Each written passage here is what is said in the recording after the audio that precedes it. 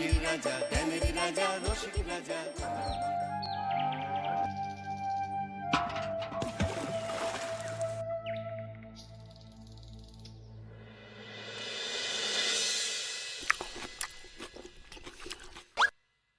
কি জল নেই? জল শেষ হয়ে গেল নাকি? এই জানো তো, গ্রামের সব জলাশয়ের জলস্তর না নেমে গেছে, পুকুরও শুকিয়ে গেছে, কুয়োতে জল অনেক নিচে চলে গেছে। কি যে হবে কে জানে। এই বছর তো বৃষ্টি হয়েছে কম, তার উপর মানুষজন জল ব্যবহারের চেয়ে নষ্ট করে বেশি। দেখি, মহারাজকে বলতে হবে।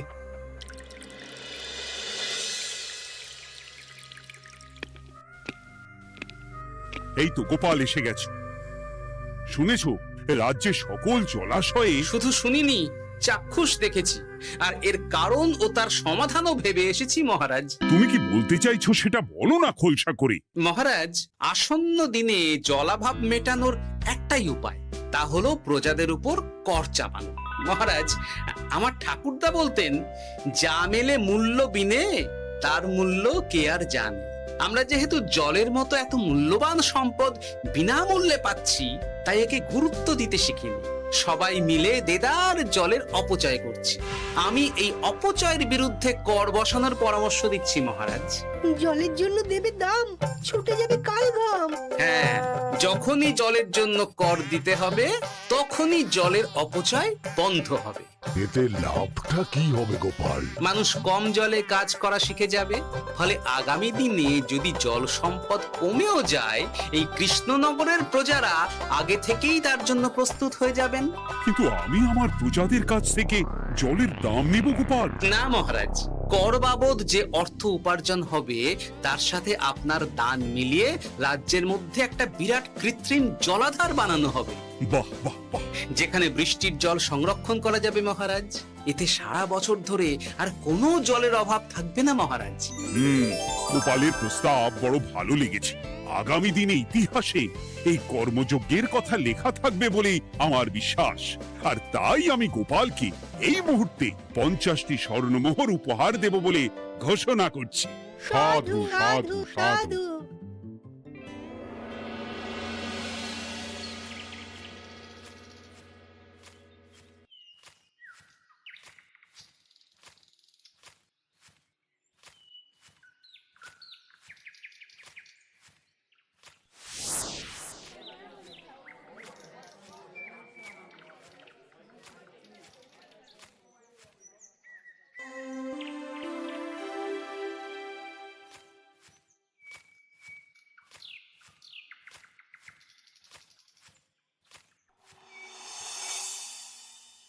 মানে আমার এই এতটুকু স্বাদ তুমি পূর্ণ করবে না? আমি কি নিজের জন্য চেয়েছি নাকি? সবই তো পাবে তোমার মেয়ে আর জামাই। হ্যাঁ, সে বুঝেছি গিন্নি, তাই বলে এতগুলো মুদ্রা আমি খরচ করতে পারবো না। পারবে না? আমি তাঁতির বাড়ি থেকে মেয়ে জামাইয়ের জন্য কয়েকটা শাড়ি আর ভালো পাঞ্জাবি কিনে একটু পাঠাবো। কিন্তু এখন আমার কাছে অত মুদ্রা নেই গিন্নি, পরে পেলে আমি ঠিক তোমার স্বাদ পূরণ করব। আবার বাজে কথা বলার জায়গা পাও না তুমি। এতক্ষণ কোথায় ছিলে গো? আমি বেলায় নদীর পাড়ে গিয়েছিলাম, তখন কমলা আমাকে বলল তোমায় নাকি দেখেছে। কি দেখেছি?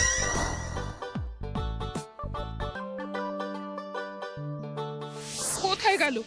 এত বড় মুদ্রা থলে কি হাওয়াতে উবে গেল নাকি? এই রে, এ তো মহা ঝামেলা। কখন কে যে গিন্নিকে খবর দিচ্ছে সেটা টেরও পাইনি। বলি মুখে কুলু পাটলে যে বড়, বলি রাজা মশাইয়ের কাছ থেকে যে এত রোজগার করো, সেই মুদ্রা যায় কোথায়? আহ, কানের মাথা খেও না তো। আমি কি তোমার কোনো কিছুর অভাব রেখেছি? বলো একবার। খাওয়া পড়া কোনো কিছুর তো কোনো খামতি নেই তোমার। মানছি রাখোনি, কিন্তু তাই বলে আমিও তোমার স্ত্রী, তোমার গিন্নি গো গিন্নি, তাই না? আমার তো জানার অধিকার আছে নাকি যে তোমার উপার্জনের অর্থ করি সব কোথায় যাচ্ছে? জানবে জানবে, সব জানবে। এখন কিছু খেতে দাও দেখি, পেটে ছুঁচোয় ডন বৈঠক মারছে। না, এরপর থেকে আর মহারাজের কাছে উপহার পেলে ওইভাবে খোলা হাটের মধ্যে দিয়ে আসা যাওয়া করা যাবে না।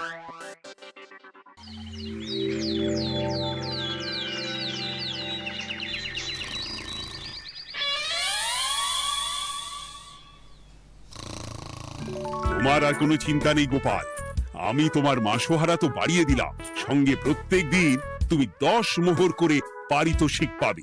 এই নাও।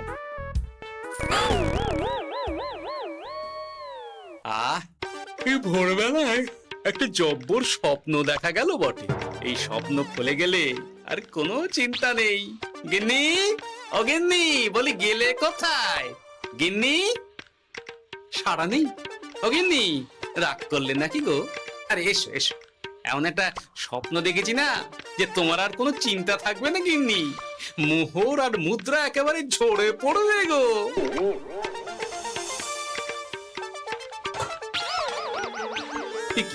এসব ফলাহার সাজিয়ে রেখে গেল কোথায় গিন্নি? নিজের বাপের বাড়িতে তো যাবে না, কেউ নেই সেখানে। মেয়ের বাড়ি গেল নাকি? না, মেয়ের বাড়িতে তো গিন্নি যায় না। তাহলে না না, খালি পেটে এত ভাবতে পারছি না। আগে মুখ হাত ধুয়ে এসে কিছু খেয়ে নি, তারপর দেখি গিন্নি কোথায় গেল। না, গিন্নিকে তো কোথাও দেখলাম না। গেল কোথায়? যাকে আগে রাজবাড়িতে তো যাই, ফেরার সময় না হয় আবার খোঁজ নেব, ততক্ষণে ফিরেও আসতে পারে।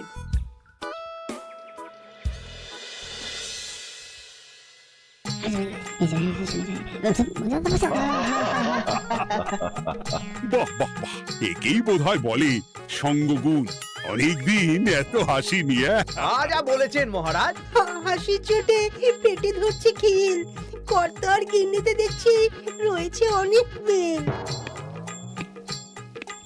কি গিন্নি, তুমি এখানে কি করছো? একই গোপাল, তুমি রাজসভায় এলে যে বড়। তুমি নাকি রাজসভার কাজ থেকে অবসর নিতে চেয়েছো? হ্যাঁ, এই কথা কে বললো মহারাজ? এই তো উনি বললেন। বলি আমি আবার কি করব? তুমি আমায় একটা কাজ দিলে আর সেটা আমি করব না বলো? আমি তোমায় কাজ দিলাম? কি কাজ? বাবা গোপাল, তুমি কি আকাশ থেকে পড়লে নাকি? তুমি তো তোমার গিন্নিকে বলে পাঠিয়েছো যে তুমি আর রাজসভার কাজে যোগ দিতে চাও না। তোমার নাকি আর কাজে মতি নেই, তুমি বিশ্রাম চাও। এই রে, গিন্নি দেখি ভয়ঙ্কর চাল দিয়েছে।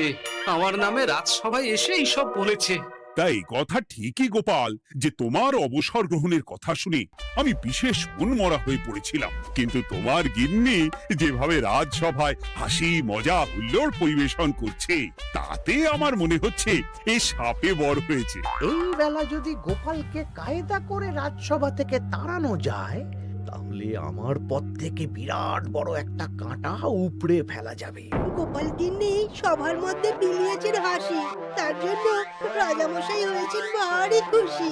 হ্যাঁ গোপাল, তাই আমি ঠিক করেছি তোমার স্থানে আমি তোমার গিন্নিকেই বহাল করব। হ্যাঁ, তোমার সঙ্গে ঘর সংসার করে ওর বুদ্ধি বেশ খোলতাই হয়েছে, সেটা বোঝাই যাচ্ছে। এছাড়াও আমাদের অনেক পরামর্শ দিয়ে সাহায্যও করতে পারবে। তাছাড়া উনি মহিলা বলে অন্দরমহলেও যেতে পারবেন, রানীমাও খুশি হবেন বলেই তো আমার বিশ্বাস। কি গোপাল গিন্নি, তোমার এই কাজ করতে কোনো আপত্তি নেই তো? আপত্তি কেন থাকবে মহারাজ? আমি ধন্য আপনি আমায় এত বড় সম্মান দিচ্ছেন বলে। এ তুমি আমার কত বড় সর্বনাশ করলে গিন্নি। তুমি কিনা শেষে আমার চাকরিটাই খেলে। এটা গোপালের জন্য বড় ভালো হলো, তাই না? কোনো কাজ করতে হবে না, কিন্তু রোজগার আগের মতোই থাকবে। অবসর আর উপার্জন একসাথে। না হে গোপাল, তুমি আর এখানে কাঁচু মাচু মুখে দাঁড়িয়ে না থেকে নিজের বিশ্রামে ব্যাঘাত ঘটিও না। আমাকে সবার কাজ শুরু করতে দাও। যথা আজ্ঞা মহারাজ।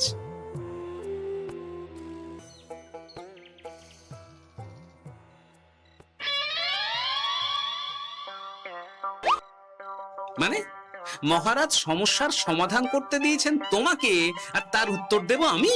কেন? তুমি আমার চাকরি খাবে আর তোমার সেই চাকরি রাখার দায় নেব আমি? হ্যাঁ হ্যাঁ, নেবে। মানে কাল রাজসভায় মহারাজের সমস্যার সমাধান করব, সেই মতো কথা দিয়ে এসেছি। হ্যাঁ, আগাম 10টা মুদ্রাও বাগিয়ে এনেছি। তার থেকে তোমায় একটা মুদ্রা দিলাম। এখন মানে মানে আমাকে উত্তর বলে দেবে, না হলে আমি কেন দেব? আমি পাবো একটা মুদ্রা, আর তুমি আমার কাছে উত্তর জেনে নিয়ে সেটাই বলে পাবে 9 মুদ্রা। কিছুতেই না। বলবে না? না। তাহলে ভালো করে শুনে রাখো, আজ থেকে ঘরের উনুনে হাঁড়ি চড়বে না। চাকরি তো খুইয়েইছ, পেরেছো, এবার না খেয়ে প্রাণটা খোয়ানোর জন্য তৈরি হয়ে যাও। হ্যাঁ, ওরে বাবা, এমন কথা কেন বলছো গো গিন্নি? তুমি তো জানো যে খিদে একদম সহ্য করতে পারি না। এখন যদি তুমি এইসব বলো তাহলে আমার রক্ষে নেই গো। বেশ, তাহলে আমি যা জানতে চাইছি শ্বশুর শ্বশুর করে বলে ফেলো দেখি। এ আমি কি শাঁখের করাতে পড়লাম রে বাবা! ঠাকুর, এত দুর্ভোগ লেখা ছিল, ঘরে বাইরে সব জায়গায় এত হেনস্থা যে সহ্য করা যায় না ঠাকুর।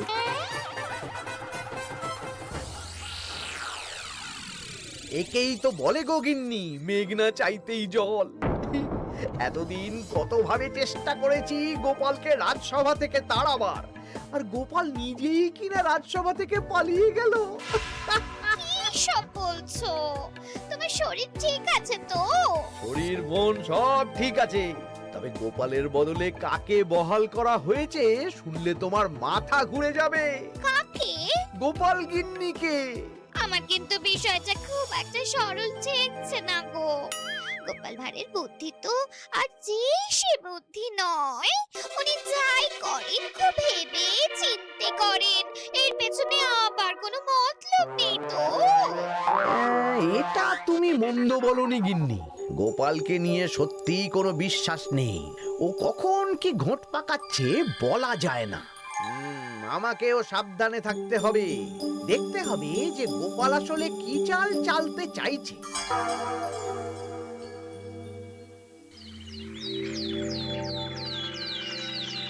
হ্যাঁ গোপাল গিন্নি, এই একটাই প্রশ্ন আমায় সারা রাত ধরে জাগিয়ে রেখেছে। মানুষ মরে ভূত হয়, ভূত কি মরে? তাহলে ভূত মরলে কি হয়? মানে মহারাজ, এই প্রশ্নের উত্তর আমার আজকে দিতে ইচ্ছে করছে না। হ্যাঁ, আমি না হয় আপনাকে আগামীকাল এই প্রশ্নের উত্তর দেব, ঠিক আছে? হ্যাঁ, গাছ থেকে পড়ে গেলে জাপটে ধরে ডালকে। আজকের প্রশ্নের উত্তর উনি দেবেন কালকে। না হে গোপাল গিন্নি, তা হয় না। এই প্রশ্ন আমাকে সারা রাত বিচলিত করেছে। আবার যদি আজকেও এই প্রশ্নের উত্তর না পাই তাহলে তো আবার একটা নিদ্রাহীন রাত আমাকে কাটাতে হবে। মানে আমি বলছিলাম কি মহারাজ, গোপাল গিন্নি তো সদ্য এই কাজে বহাল হয়েছে, তাই তাকে তো একটু সময় দেওয়া দরকার নাকি? কিন্তু প্রশ্নের উত্তর না পেলে যদি মহারাজের শরীর খারাপ হয় তার দায় কে নেবে মন্ত্রী মশাই? এই রে, এখন আমি কি করব? এ তো মহা বিপদে পড়লাম দেখছি। আচ্ছা মহারাজ, ঠিক আছে ঠিক আছে, আমি এই প্রশ্নের উত্তর দেব, কিন্তু আমার না একটু সমস্যা আছে।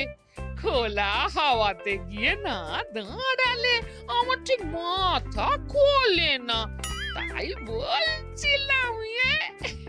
তাই না হয় যাও, হাওয়া খেয়ে এসে মাথাটা খোলতাই করে নাও, কিন্তু এই প্রশ্নের উত্তর আমাকে আজকেই দিতে হবে। হ্যাঁ, উফ, এই যে কি সমস্যা! সারাদিন ঘরে বসে থেকে থেকে তো আমার সারা গায়ে বাদ ধরে গেল। সেই সকালবেলা আমাকে ফলাহার করিয়ে দিয়ে গিন্নি তো চলে গেছে রাজবাড়িতে চাকরি করতে। এদিকে আমার যে পেটে কিচ্ছুটি নেই, তার কি হবে? মহারাজ দোকানে গিয়ে যে ভালো মন্দ খাবো তারও উপায় নেই, তাহলেই তো কাঁড়ি কাঁড়ি খরচা। না, একবার দেখি তো উনুন ধরিয়ে অন্তত ভাতটা চাপাতে পারি কিনা, তাহলে গিন্নির ওই হাঁড়ি না চড়ার হুমকির হাত থেকে অন্তত বাঁচা যাবে।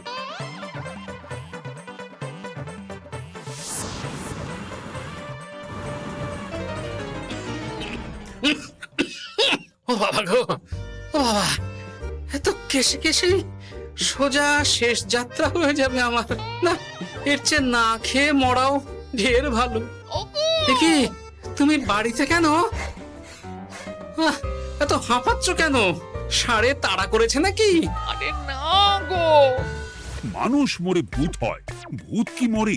তাহলে ভূত মরলে কি হয়? খোলা হাওয়াতে গিয়ে না দাঁড়ালে আমার ঠিক মাথা খোলে না। ও, এই হলো ব্যাপার। বেশ, এর উত্তর তোমায় আমি বলে দিচ্ছি। ভূত মরে প্রথমে এক ঝুড়ি অন্ধকার হয়, সেই অন্ধকার হাওয়াতে উড়ে বেড়ায়। এক সময় সেই অন্ধকার পাতলা হতে হতে কুয়াশার মতো হয়ে যায়। ব্যাস মিটে গেল। ব্যাস মিটে গেল। যদি রাজা মশাই এই কথা বিশ্বাস না করেন, তুমি হলপ করে বলবে আপনি যখন মরবেন একদম মিলিয়ে নেবেন মহারাজ, এর চেয়ে এক পা এদিক ওদিক হয় না যেন। হ্যাঁ, এই না হলে তুমি গোপাল ভাঁড়। বুঝেছো তাহলে? এই তুমি চিন্তা করো না, রাজবাড়ি থেকে ফেরার সময় আমি তোমার জন্য অনেক অনেক বাজার করে আনবো, ঠিক আছে? এই আমি যাই। এ তো ভারী মজা হলো। মহারাজ তক্ষুনি প্রশ্নের উত্তর চাইলে গিন্নি এইভাবে সেই রাজবাড়ি থেকে দুধ দাঁড়িয়ে ছুটে আসছে উত্তর জানতে। আমাকে তুমি একটা চাল দিয়ে কুপকাত করেছে তো গিন্নি। এইবার বুঝবে কত ধানে কত চাল।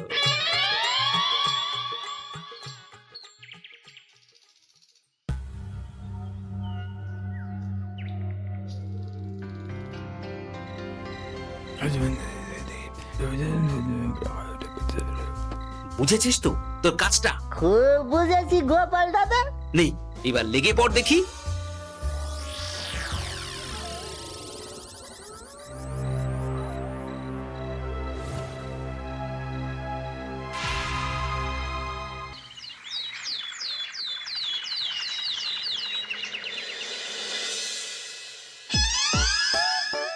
তাহলে আর বলছি কি তোমাদের, সকালবেলায় উঠে দেখি মুখের এই হাল। এই কাণ্ড কি করে হলো মহারাজ? আহ, তার আমি কি জানি। আমি সকালে উঠে আয়নায় নিজেকে এই অবস্থায় দেখে খুব চিন্তায় রয়েছি। গোপাল গিন্নি, আগে মহারাজ, গোপাল থাকলে যে কাজ করতো সেটা তো তোমাকেই করতে হবে। বলতে হবে এর সমাধান কি। হ্যাঁ মানে মানে আমি হ্যাঁ হ্যাঁ, আমার মনে আছে। তোমার তো আবার হাওয়া না খেলে চলে না। যাও যাও, তাড়াতাড়ি হাওয়া খেয়ে এর উত্তর নিয়ে এসো।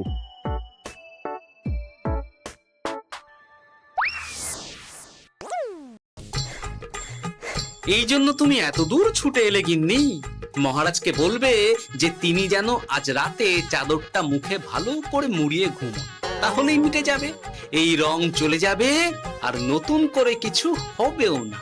ও মা, বলি এত সোজা সমাধান? তা নয় তো কি?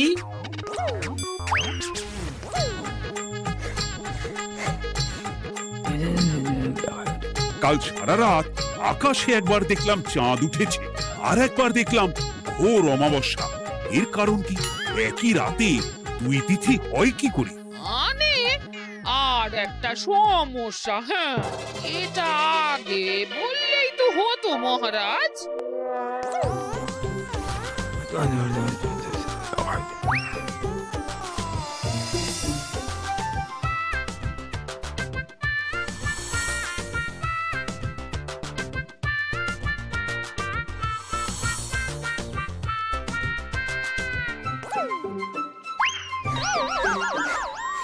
এ কি, তুমি হাওয়া খেতে গিয়ে এইভাবে খাবি খাচ্ছ কেন গোপাল গিন্নি? এর কারণ আমি জানি মহারাজ। সে কি কাণ্ড! তুমি কি করে জানলে? গোপাল গিন্নি মোটেও হাওয়া খেতে যায়নি মহারাজ, সে গেছিল নিজের বাড়িতে গোপালের কাছে আপনার বলা প্রশ্নের উত্তর জেনে আসতে। মানে গোপাল গিন্নি তার মানে আমাকে ঠকিয়েছে? তা জানি না মহারাজ, তবে আমার মনে হয় এর পেছনে গোপালের কোনো গভীর ষড়যন্ত্র আছে। না হলে সে এমনটা করবে কেন? আর এক রাতেই আপনার সাথে এতগুলো অদ্ভুত ঘটনা পর পর ঘটবে কেন? বটে, এক্ষুনি গোপালকে ডেকে আনো।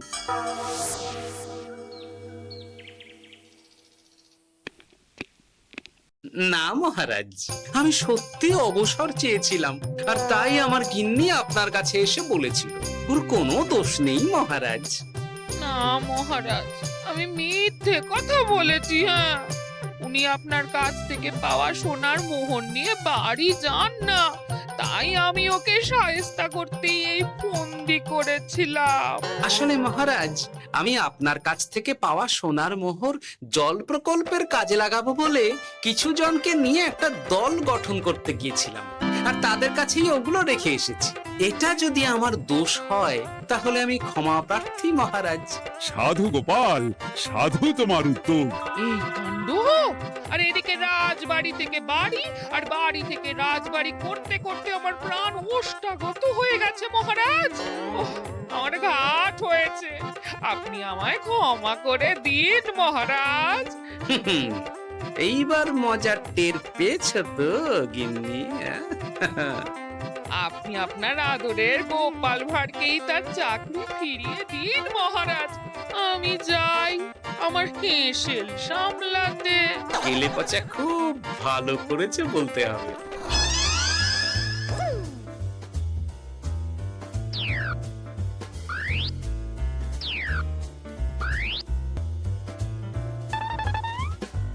তবে মহারাজ, অমাবস্যা পূর্ণিমা সব আমার বুদ্ধিতেই কেলেপচা করেছিল। আপনার ওই মুখের রং,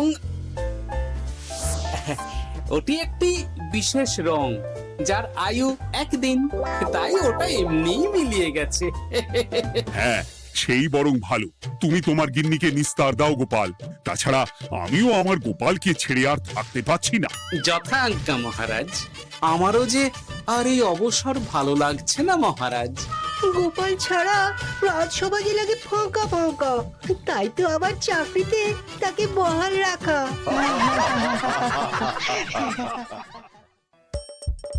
হাসির রাজা জ্ঞানের রাজা রসিক রাজা